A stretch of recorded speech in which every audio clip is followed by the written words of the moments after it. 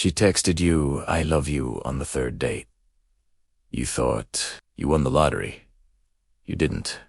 You found someone running from something so terrifying that you looked like safety. And safety isn't love. IT just feels like a T for a while. Stop the video right now. Think about your last relationship. The one that felt perfect at first. The one where she was all in immediately. Where everything moved fast. Where you felt chosen. Special. Like finally, someone who knows what they want. Now think about how IT ended. Cold. Sudden. Like a switch flipped. Like you became a stranger overnight. That wasn't random. That was the mission completing. And you never even knew there was a mission. I'm about to show you something that will change how you see every interaction you've ever had with a woman over 40. And before you click away thinking this is another bitter man video, understand something. This applies to you. To me. To everyone. By 40, we're all on missions we don't understand. Chasing things we won't admit. Using people to fill holes we pretend don't exist. Carl Jung said it perfectly. Until you make the unconscious conscious, IT will direct your life, and you will call IT fate. Every failed relationship you've had, that wasn't fate. That was unconscious patterns colliding. Two people chasing different ghosts. Calling IT chemistry when it was really just compatible wounds. Here's what nobody tells you about dating after 40. People aren't looking for partners anymore. They're looking for solutions.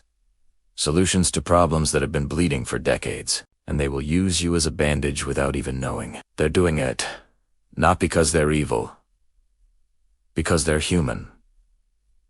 And humans are driven by need way more than they're driven by want. Greene teaches that most people are ruled by their emotions. They think they're making logical choices. They think they cannot. Why they do what they do? They don't. Their wounds are driving. Their fears are steering. And their conscious mind is just making up stories to justify decisions that were made in the dark parts of the brain they can't access. This video is 20 minutes long. I'm going to walk you through 8 psychological patterns that drive human behavior after 40. Not just women. Humans. But we're going to look specifically at how these show up in dating, how to recognize them, how to protect yourself, and most importantly, how to recognize which ones you're running yourself, because I guarantee you're running at least 3 of these without knowing IT. Before we start, I need you to do something. Open your Notes app. Create a new note. Title, IT the Pattern. As we go through each of these 8 missions, I want you to write down the name of someone who fits. Could be someone you dated. Could be someone you're dating now. Could be you. Don't lie to yourself. This only works if you're honest. Because awareness without honesty is just entertainment, and you didn't click this video to be entertained. You clicked because something feels off, and you can't. Name IT. Let's name IT. Here's how this works. Each pattern has a signature. Specific words they use. Specific behaviors. You can measure. Specific timelines you can track. I'm not giving you theory. I'm giving you a field guide. By the end of this video, you'll be able to spot these patterns in the first conversation. Sometimes in the first text message. Nietzsche warned us about something crucial. He said, we become what we repeatedly do. Excellence is not an act, but a habit. The same is true for dysfunction. By 40, people have been repeating their patterns for 20 years. The groove is deep. The habit is strong. And changing IT requires seeing IT first. Most people never see IT. They just keep repeating IT until they die, wondering why nothing ever works, blaming bad luck or the other person or timing, never looking at the one constant in every failed relationship, themselves. Marcus Aurelius taught that the impediment to action advances action. what stands in the way. But first, you have to see what's standing in the way. Most people are fighting invisible enemies, battling shadows they can't name, losing wars they don't know they're in. This video is about turning the lights on, making the invisible visible, naming the shadow so you can fight it or decide not to fight at all. One more thing before we dive in. Some of you are going to get defensive. You're going to think I'm attacking someone you care about or attacking you. I'm not. I'm showing you patterns. Human patterns. Patterns that show up across culture, across gender, across time. These aren't judgments. They're observations. And observations, without emotion, are just data. Use the data. Don't fight IT. Jordan Peterson says that you cannot fix what you will not confront. Most people spend their entire lives avoiding confrontation with their own patterns. They'd rather blame the world, blame their ex, blame circumstances, anything, but look in the mirror and say, the thing that's hardest to say, I keep choosing this. I keep creating this. I am the common factor. That moment of honesty is where everything changes, but most people never get there. They die, defending their own prison, insisting the bars are other people's fault, not you. You're still watching. That means part of you is ready to see something real, even if it hurts, especially if IT hurts. Because the things that hurt to see are usually the things we most need to look at. Sigmund Freud discovered something dark about human nature. We repeat our trauma, not because we want to, because we're trying to solve IT. The unconscious mind keeps recreating the original wound, hoping this time we'll figure IT out. This time we'll fix IT. But you can't fix old wounds with new people. You can only make new wounds that look like old ones. The 8 patterns we're about to explore are all variations of this. Different ways people try to solve old problems through new relationships. Different masks on the same core wound. And that core wound, it's always the same. I'm not enough. I'm not safe. I'm not whole. And if I can just find the right person, they'll complete me. Spoiler alert, nobody completes you. They just distract you from your incompleteness for a while. And when the distraction wears off, you're right back where you started. Except now you're angry at them for not being the solution they never promised to be. Let's start with pattern 1. The one that feels like love, but is actually fear, wearing a love costume. Pattern 1. The safety chaser. You met her online. First date. The conversation flowed. Second date. She opened up about her ex, how he hurt her, how she's different now, how she knows what she wants. Third date. She's talking about the future. Your future. Meeting her kids. Blending lives. Moving in. You think, finally, a woman who's not playing games, who knows her value, who's ready for something real. Wrong. She's not ready for something real. She's running from something real. Real pain. Real fear. Real trauma that's still bleeding. And you look like a hospital, not a partner.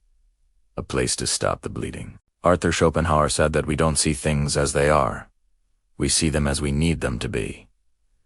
The safety chaser doesn't see you. She sees escape. Relief. The end of panic. You're not a person to her yet. You're a feeling. The feeling of not drowning anymore. Here's how you know. Speed. Everything moves too fast. She's talking commitment before she knows your middle name. She's saying I love you before she's seen you angry. She's planning forever before she's seen you under stress. This isn't passion. IT's urgency. And urgency in dating is always a red flag. Because real love builds. Fake safety grabs. Think about the last time you were truly desperate, truly scared. Remember how you acted? You weren't thinking long-term. You were thinking survival. You grabbed the nearest thing that looked like help. The safety chaser is doing the same thing. Her nervous system is screaming, and you're the nearest exit. Write down a name. You know who this is? Maybe it's someone from your past. Maybe I tease someone right now. Maybe it's you doing this to someone else. Be honest. The pattern only breaks when you see IT clearly. Here's what happens next with the safety chaser. 6 months in, something shifts. The panic that made her cling to you has quieted. Her nervous system is calmed. She's sleeping through the night again, not waking up in terror about her future. And now that the emergency has passed, she starts actually seeing you. Not the idea of you, the real you. And suddenly, all the things that didn't matter when she was desperate start mattering. The way you chew, your political views, how you parent, your ambition or lack of things. She overlooked because she needed safety more than she needed compatibility. But now she's safe. And safe enough to notice you're not what she actually wants, just what she needed when she was falling. Epictetus taught us two separate what we control from what we don't. The safety chaser can't control her fear response. When someone's drowning, they'll grab anything that floats. That's not choice. That's survival. But here's what you can control. Whether you stay once you realize you're not a partner. You're a life raft. And life rafts get abandoned the moment dry land appears. Pattern 2. The mirror shopper. She agrees with everything you say. You hate that movie. She hates it too. You love that restaurant. It's her favorite. You mention your values. She shares them completely. Every opinion you have, she mirrors back. IT feels amazing. Like you finally found someone who gets you, who's on your wavelength. You're a twin flame. You're a soulmate, except she's not your twin flame.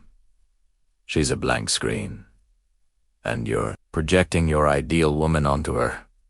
She's letting you, because she doesn't know who she is. So she becomes whoever you need her to be, until she meets someone else. Then she becomes whoever they need her to be. Carl Jung called this the persona. The mask we wear to be accepted. But the mirror shopper doesn't have a face under the mask. Just another mask. And under that, another mask. Masks all the way down.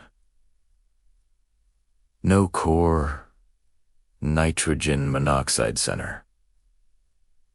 Nitrogen monoxide. Actual self to know or love. Here's the test. It's simple, but brutal. State an opinion. A strong one. Watch her agree. Good.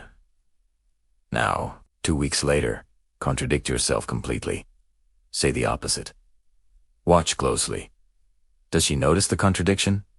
Does she push back? Does she say, wait, you said the opposite last week? Or does she just agree again? Shift her position to match yours without even blinking. If shifts, you're looking at a mirror. And mirrors don't have loyalty. They have reflection.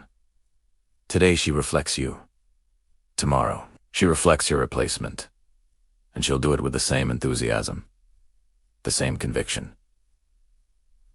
Because she's not choosing people. She's choosing whoever's in front of her.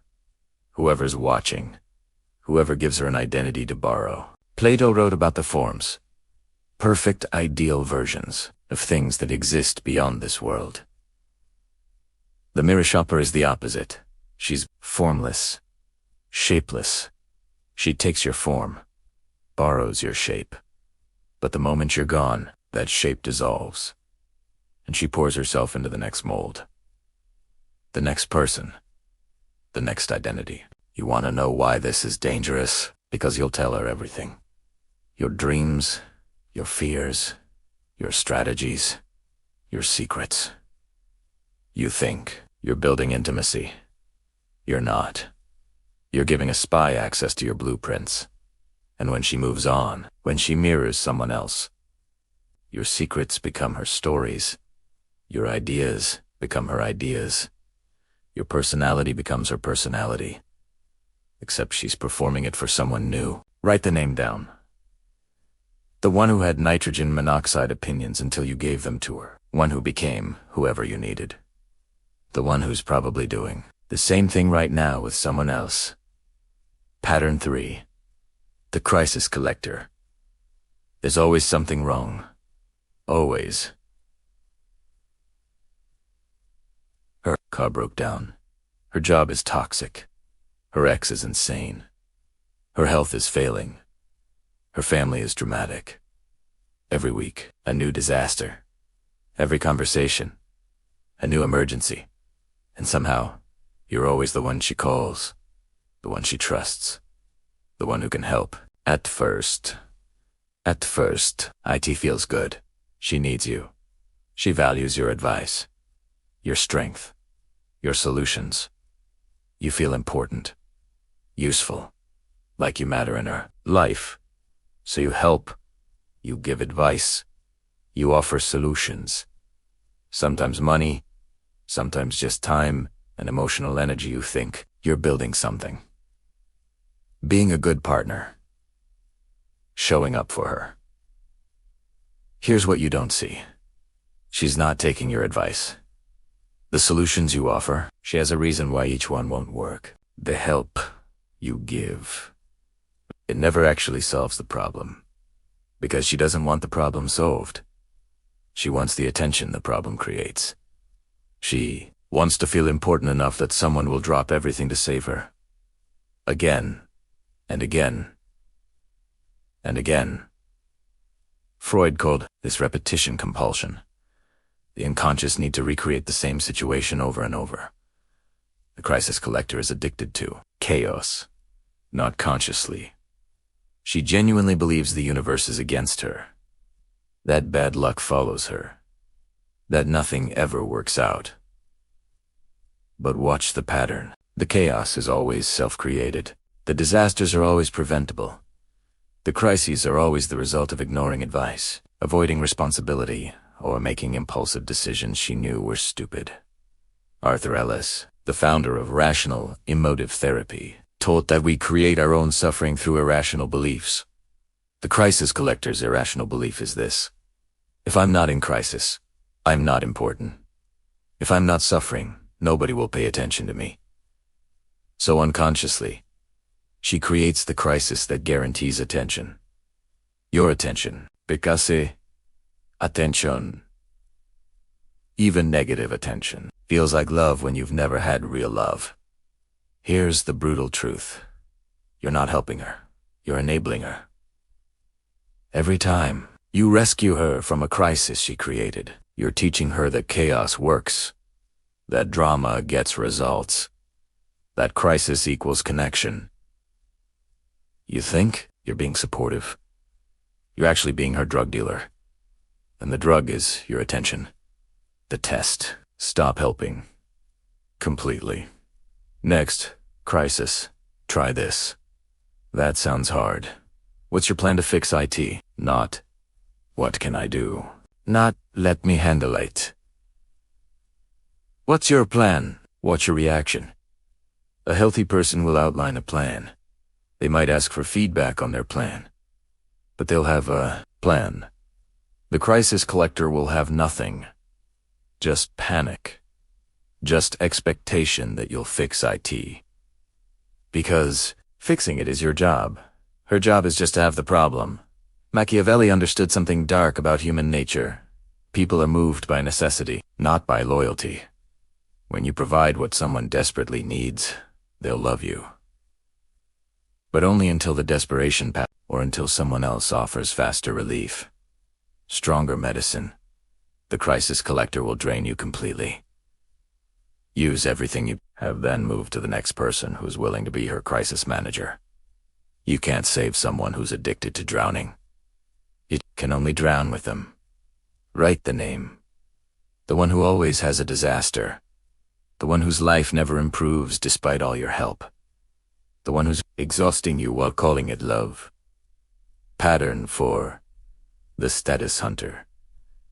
She mentions her ex-husband a lot, not because she still loves him, because of what he represented. The house, the cars, the vacations, the lifestyle, the world she had access to, the identity she wore. She's not mourning him. She's mourning the life, the status, the feeling of being part of something elevated.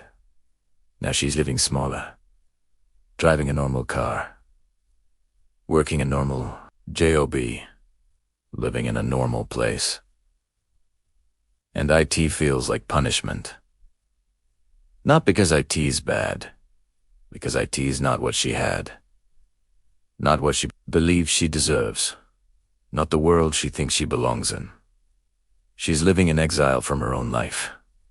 And every day in exile makes her hate the present more. Nietzsche said, resentment is the revenge of the weak against the strong. But the status hunter isn't weak. She's displaced. And she's looking for someone to restore her, to give her back the world, to return her to the kingdom she was exiled from. You're not a partner to her. You're a ticket, a way back, a restoration project. Here's how you know. She has standards that don't match her current reality. She talks about places she can't afford like they're still hers. She name drops connections she nitrogen monoxide longer as. She compares everything to how IT used to be. Better restaurants, better neighborhoods, better everything. You'll never measure up to her past. Because her past is a fantasy now, perfected by memory, polished by loss. If you have visible success, she attached quickly. Your job title, your car, your house. These aren't just nice things to her. They're signals. Proof you can deliver what she's chasing. Restoration. Return. The feeling of being back where she belongs. But the moment your status changes, the moment your resources shift, watch how fast the attachment cracks. Because she's not attached to you. She's attached to what you represent. Hobbes said life is nasty, brutish, and short. The status hunter lived proof that life can actually be pretty good for a while. And losing good creates a specific kind of bitterness, a hunger that can't be satisfied. Because what she wants doesn't exist anymore. The person she was, the life she had, the world that felt natural. You can't go back. But she doesn't know that yet, so she uses you to try. Write the name. The one who talked about her past more than her future. The one who measured everything against what she lost. The one who seemed more interested in your resources than your personality. But here's what's coming next. The pattern that nobody talks about. The one that feels like strength, but is actually fear. The one that pushes away the exact thing she claims she wants. This is where IT gets really uncomfortable. Pattern 5. The armored leader. She runs the meeting, makes the decisions, handles the crisis. She's been in charge so long, she doesn't remember how not to be. And it's exhausted her. But she can't stop. Because stopping means vulnerability.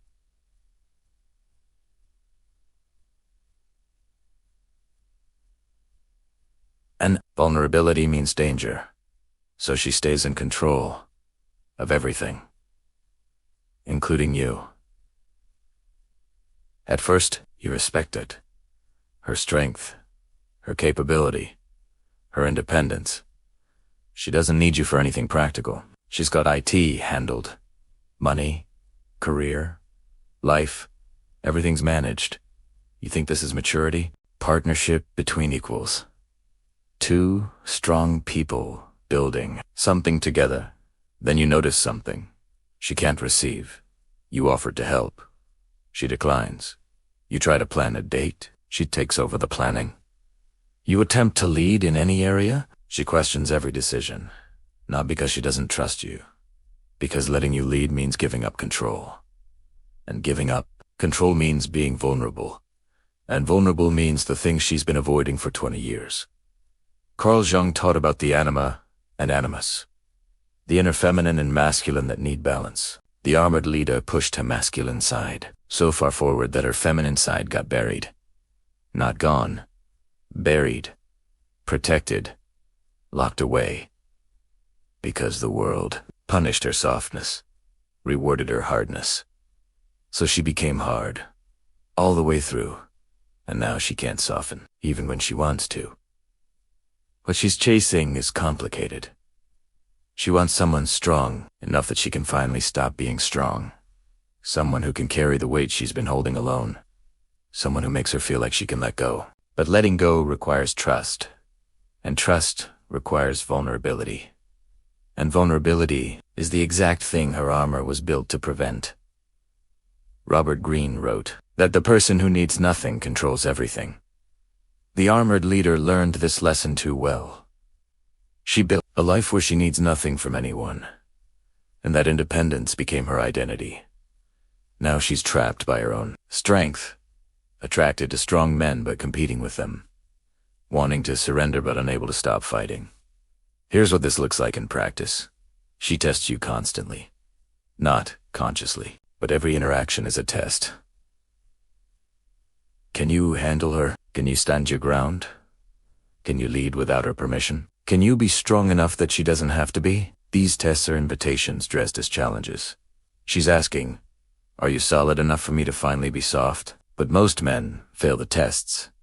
They either try to dominate her, which triggers her defenses and starts a war, or they defer to her, which confirms her fear that she has to stay strong because nitrogen monoxide one else is strong enough. The path between those two extremes is incredibly narrow. Be strong without dominating. Be solid without controlling. Meet her strength without competing with IT. Jordan Peterson talks about the integration of masculine and feminine. The armored leader never integrated. She chose one side and lived there. Now she's paying the price. Lonely at the top. Capable of everything except the one thing she actually wants. Connection. Real connection, the kind that requires both people to be vulnerable. The kind she's been defending against her entire adult life. If you're attracted to this woman, understand the paradox. She needs to feel safe before she can be vulnerable. But she can't feel safe until you prove your strength. And she tests your strength in ways designed to make you fail. IT is not fair, but it's real. The only way through is patience, consistency. Being strong without needing to prove it. Being solid without needing her validation. Showing up the same way every time until her nervous system finally believes you're not going anywhere. But even then, even if you do everything perfectly, she might not be able to surrender. The armor might be too thick. The wound too old. Some prisons, people build themselves, and only they can choose to leave. Write the name. The one who couldn't let you help. The one who had to control everything. The one who wanted partnership, but couldn't stop leading. Pattern 6. The validation vampire. She posts a photo, checks the likes, compares the count to her last post, to her friends' posts. 2 photos from 5 years ago. 43 likes in 20 minutes. Is that good? Is that enough? Does that mean she still matters? She'll check again in 10 minutes. Just to be sure. This isn't vanity. This is survival. For 20 years, her value was measured by attention. How many heads turned? How many men approached? How many opportunities appeared because of how she looked? Her appearance was currency, and the economy was good. Then it grasped ONCE. Slowly. A door that doesn't open. A compliment that doesn't come. A younger woman getting the attention she used to get automatically. Marcus Aurelius taught that your worth is not determined by others' opinions. But the validation vampire never learned this. She outsourced her self-worth to external sources, and now those sources are drying up. The world is telling her she's losing value, and she's panicking, trying to prove the world wrong, gathering evidence that she still registers. That time hasn't erased her. Here's the pattern. She needs constant reassurance, though. You look okay? Am I prettier than her? Did you notice that woman looking at you? Every social situation becomes a measurement, a test, a data collection mission. She's comparing herself to every woman in the room, especially younger women, especially the ones getting attention. Your attention becomes medicine.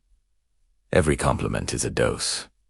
Every time you choose her over someone younger, it's proof she's still in the game, still valuable, still worth choosing. She attached to you quickly if you provide steady validation. Call you perfect. Move fast. Seem all in. But you're not the medicine. You're the delivery system.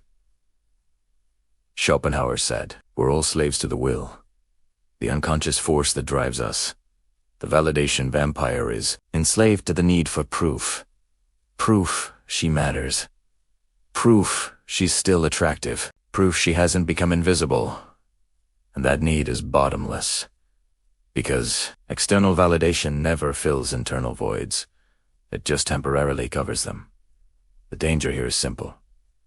You'll never give enough. A compliment today doesn't prove anything about tomorrow. So she needs more, and more, and more. If you forget to notice her new haircut, it's a crisis. If you glance at another woman, it's betrayal. If you're not constantly feeding her validation, she feels herself disappearing. And that terror makes her demanding, jealous, exhausting. Freud taught that we repeat what we don't repair. The validation vampire is repeating the same search in every relationship, looking for someone to prove she's still valuable, still desirable, still worth choosing. But nitrogen monoxide person can fill that hole. Only she can. By building worth from the inside instead of collecting IT from the outside. The test is simple. Stop giving validation for a week. Not cruelty. Just stop volunteering compliments. Stop reassuring unprompted. See what happens. A healthy person will barely notice. They'll be fine. The validation vampire will panic. She'll fish for compliments, create situations where you have to validate her. Start fights about how you don't appreciate her anymore. Because without your validation, se feliz, herself, Bani Singh, write the name. The one who needed constant proof. The one who compared herself to everyone. The one who made you responsible for her. Pattern 7. The forever searcher. She's always in motion. New workshop. New retreat. New philosophy. New practice. New identity.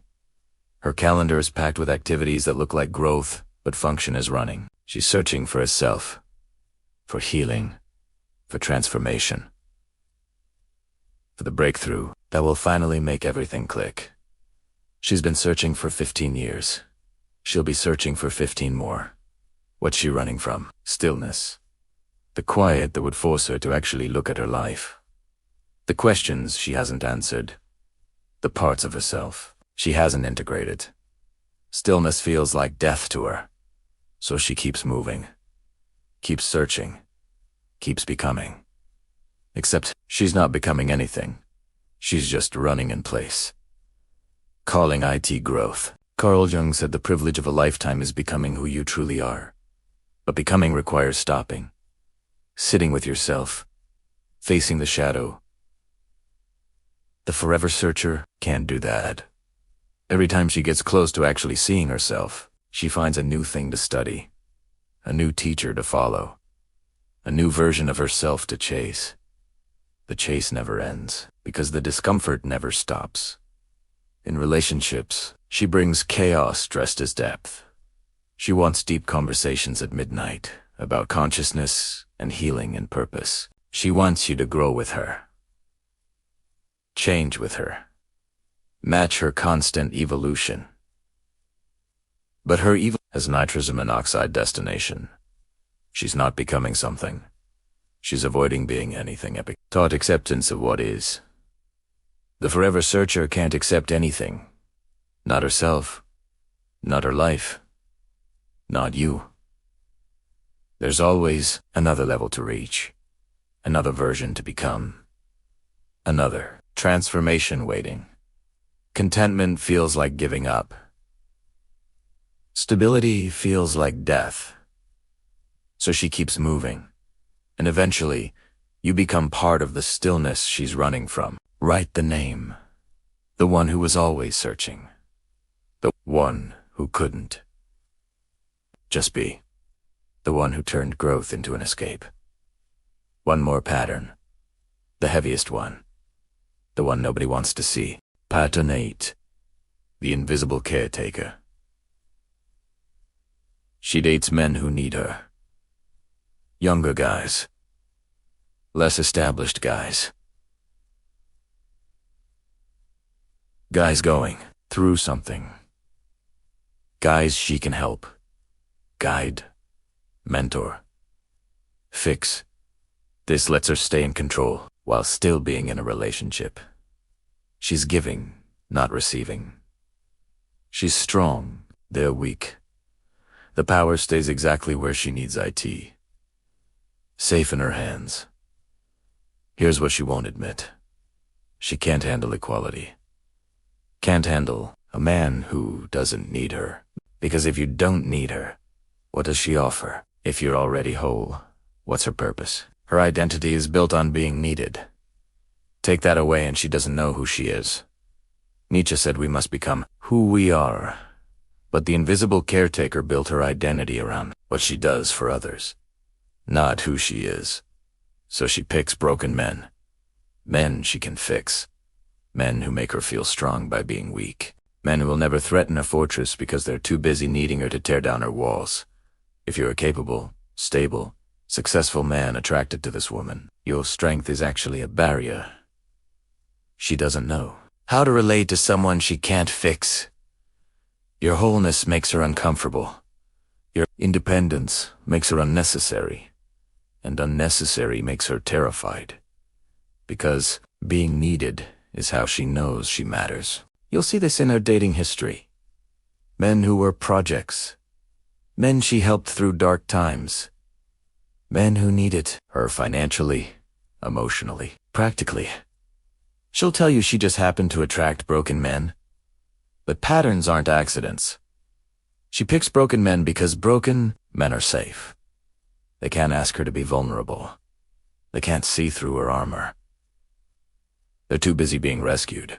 Marcus Aurelius taught that the obstacle is the way. For the invisible caretaker, her strength is both her salvation and her obstacle. IT saved her from pain. IT got her through hard times, but now IT's preventing the connection she actually wants.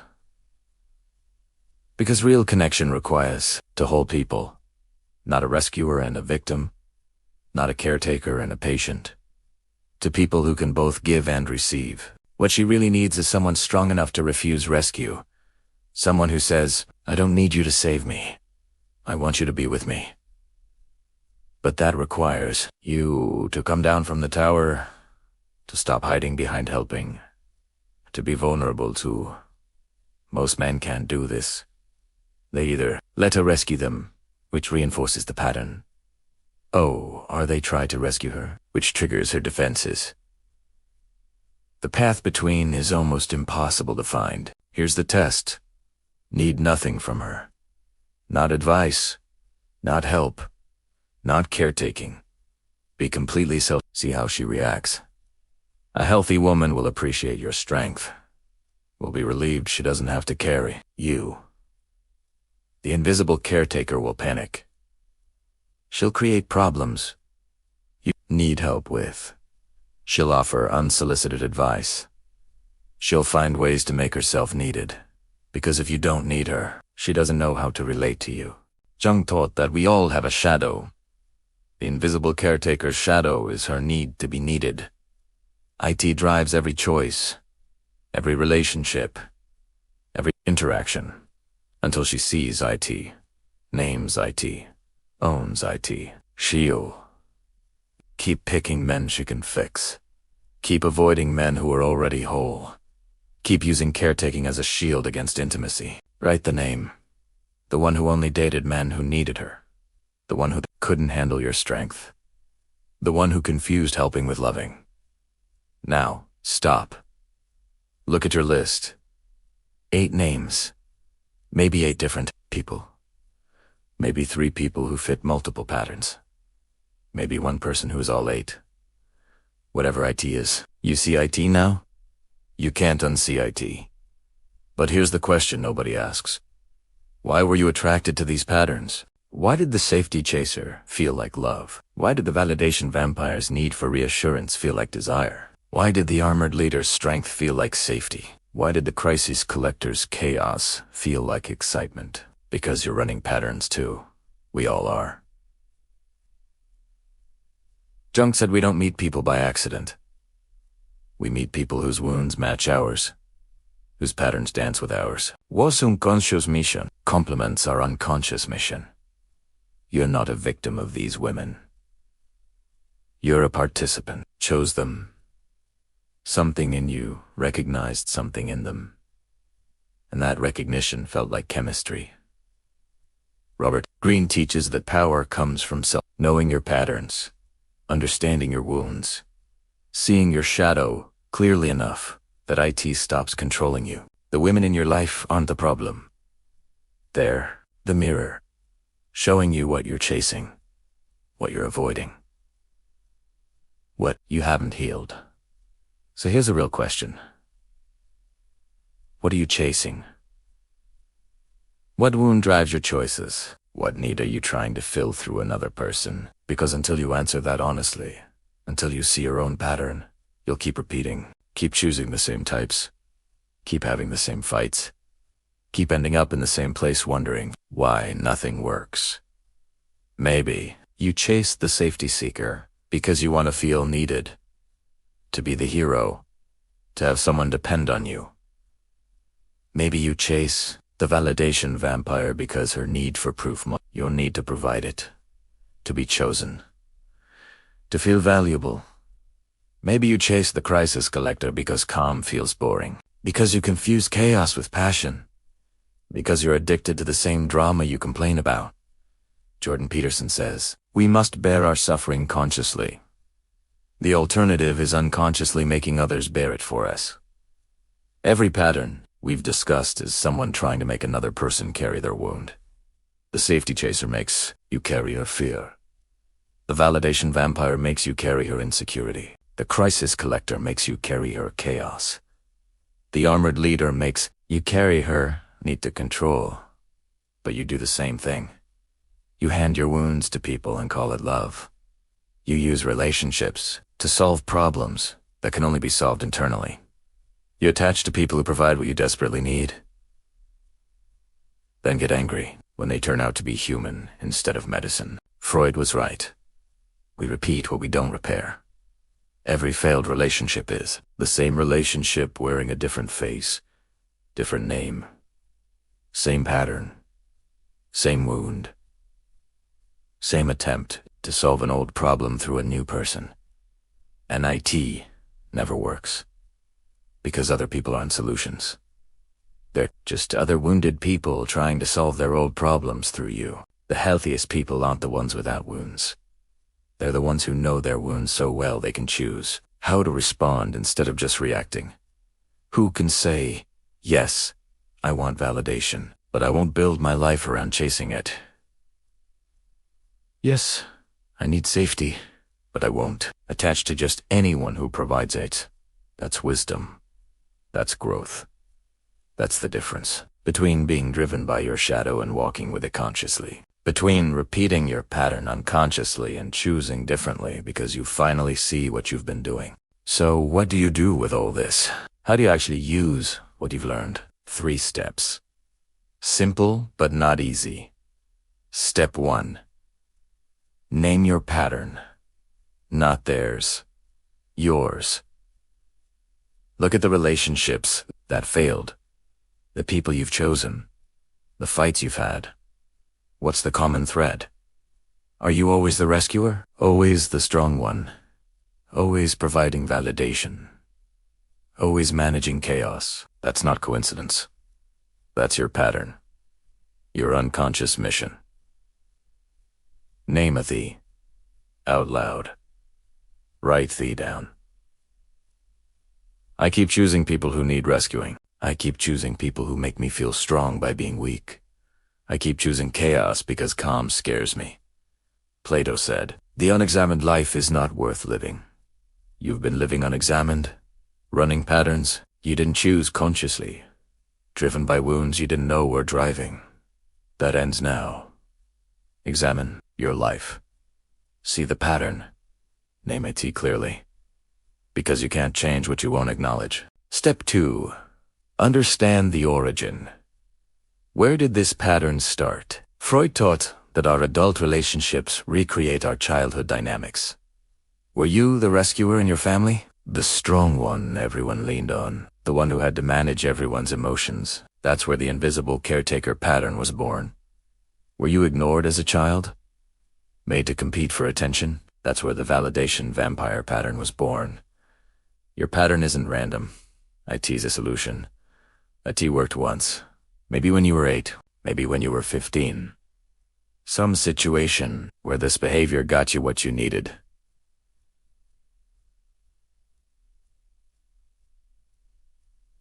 Safety. Attention. Control. Love. Your unconscious mind learned. This works. This is how we survive. So I kept running that program. For decades. Even though the original situation ended. Even though the solution doesn't work anymore. Understanding the origin doesn't excuse the pattern, but it explains it. An explanation is the first step toward change. You're not broken. You're just running outdated software. Programs designed for old problems that don't exist anymore. Time to update the system. Step 3. Choose differently. This is the hard part. Because choosing differently feels wrong.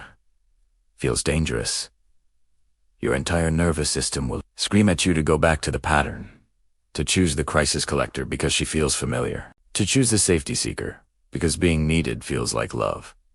To choose the pattern that's comfortable even though it's killing you. Epictetus taught that we're disturbed not by things, but by our views of things. Change your view. See the pattern for what it is. Not love, not fate, not chemistry. Just 2 wounds. Recognizing each other. 2 unconscious missions that happen to align. And when you see IT clearly, when you strip away the romance and the story and the feeling, you can choose differently. What does differently look like? IT looks like being attracted to someone and not acting on IT. Because you recognize the pattern. IT looks like feeling chemistry and walking away. Because chemistry is just familiar trauma. IT looks like choosing the person who feels slightly uncomfortable because uncomfortable might mean healthy, might mean different, might mean not repeating the same pattern you've run for 20 years. Machiavelli said it's better to be feared than loved if you cannot be both. I'd say it's better to be alone than in a relationship that's just 2 people using each other as emotional band-aids. Better to be single and conscious than partnered and unconscious. Better to see clearly and choose differently than stay blind and keep repeating. Here's what changes when you do this work. When you see your pattern clearly and choose differently. You stop being confused about why relationships fail. You stop blaming bad luck or timing or the other person. You stop being a victim of your own unconscious choices. You become conscious, aware, awake to what you're doing and why. And from that awareness, you can build something real. Not a relationship based on two people trying to solve old wounds through each other, but a relationship based on two people who know their wounds, who've done their work, who can choose each other for real reasons, not because they need each other, because they want each other. There's a difference, a massive difference. Carl Jung said the meeting of two personalities is like the contact of two chemical substances. If there is any reaction, both are transformed. But most reactions aren't transformation. They're just two chemicals neutralizing each other, making each other inert, safe, comfortable, dead.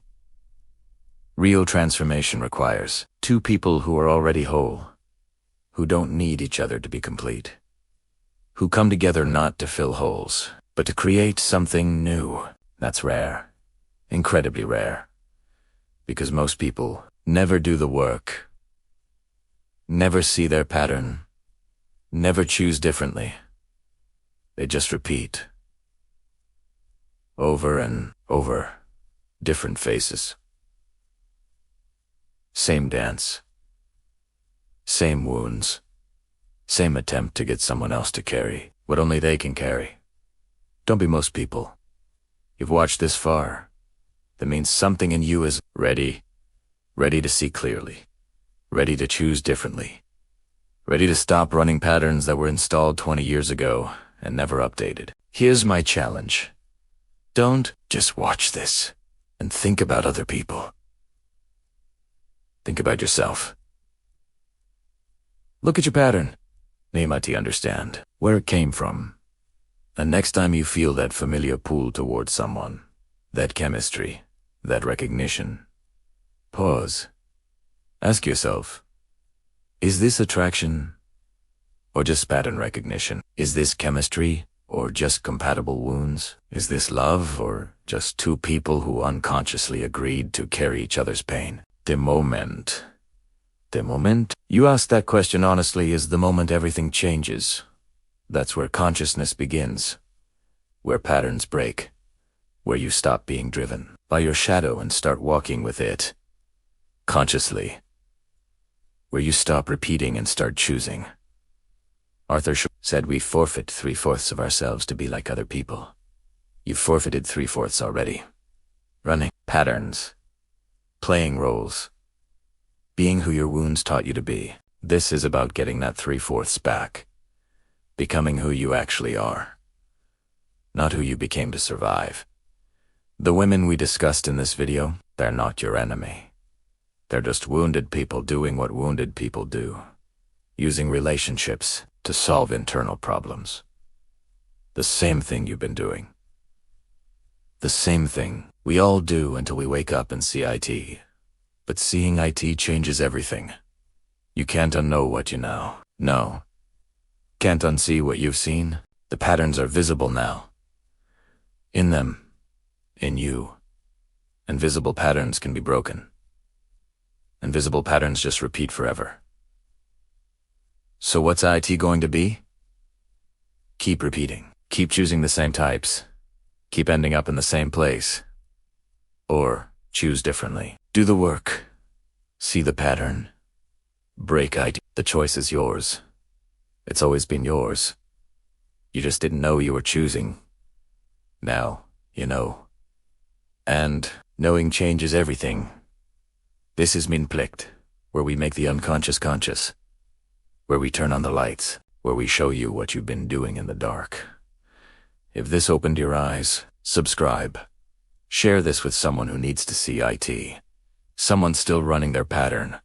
Still confused about why nothing works. Still blaming everyone but themselves. And if you want to go deeper, if you want the strategies and tools we can't share publicly, check the description. There's work waiting for you there. Real work. The kind that actually changes lives. Your pattern is visible now. What you do with that visibility is up to you. Most people will do nothing. Watch this video. Not alone. Feel smart for 25 minutes, then go right back to the same pattern. The same choices. The same people. Don't be most people. The pattern breaks today.